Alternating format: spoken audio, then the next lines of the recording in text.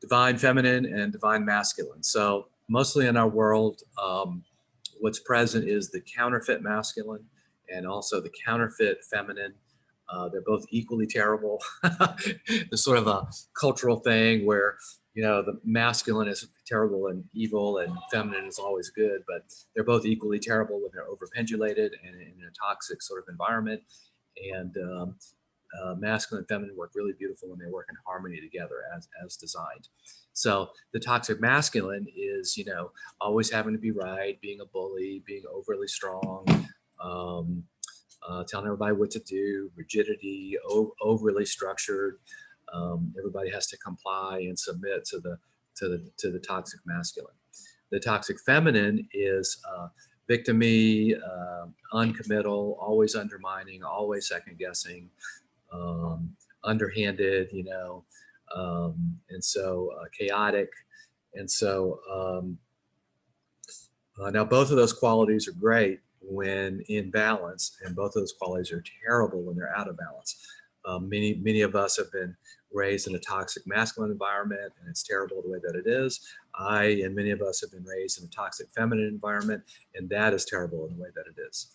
Now, conversely, imagine coming together. Imagine flow and inspiration with safety and structure and forward movement, right? Imagine, you know, a perfect balance between chaos and order. You know, we tell people when you're following a purpose, right? When you're, especially with awakened wealth, right? But an abundance, but when you're following a purpose, right? There's what your job is to take care of is the what and the why, and let the who and the how take care of itself, right? So the what is the masculine and the why is the feminine, right? The why is the inspiration and the flow and the light and the heart and the love.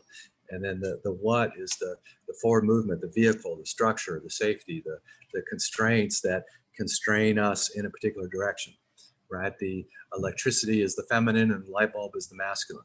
Electricity will go everywhere and it'll shock you and hurt you, right? And then you put a little constraint to it into the structure of a light bulb, and boom, we have light. If you want irrigation, right? If you want abundance of food, there's the rain comes and falls into the ground and disappears, and then you put a little structure to it, canals and irrigation, and you know the perfect angles and well designed and safe and strong, and then you have irrigation, and you have abundance. So the balance is both within us individually. Most of us are overpendulated to the masculine or the feminine, and it becomes toxic.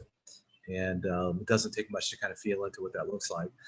So individually, it's important that we come into balance. If you're overly feminine, balance yourself with some masculine. If you're overly masculine, balance yourself with some feminine. And then as in teams and groups and community, it's also important that we honor and respect the feminine over there and the masculine over there. And together we get the best of both worlds. So if you want real power in life, you want real harmony, you want to fulfill a purpose and love the journey, I recommend a balance between the divine feminine and the divine masculine. Thank you.